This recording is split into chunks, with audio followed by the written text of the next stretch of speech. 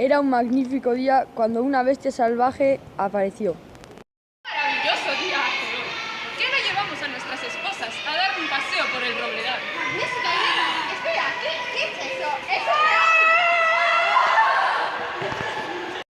Fernando González, bajo el escaño, se escondió. Diego González, tras la viga de un lugar, se escondió mientras que el Cid se despertó.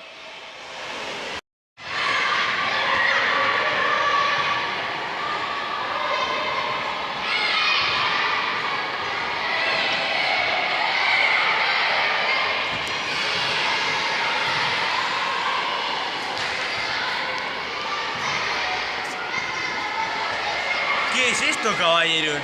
¿Qué es lo que queréis vos? ¡Ahí se ha agarrado! ¡Un susto nos dio el león! El león, al ver al Cid, delante de él se murió.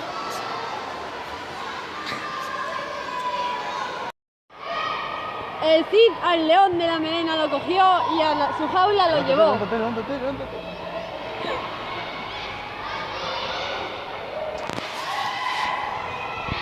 ¡Infantes de Carrión! ¡Manifestaos! Encontró a sus yernos pálidos y del miedo de los infantes todo el mundo se burló.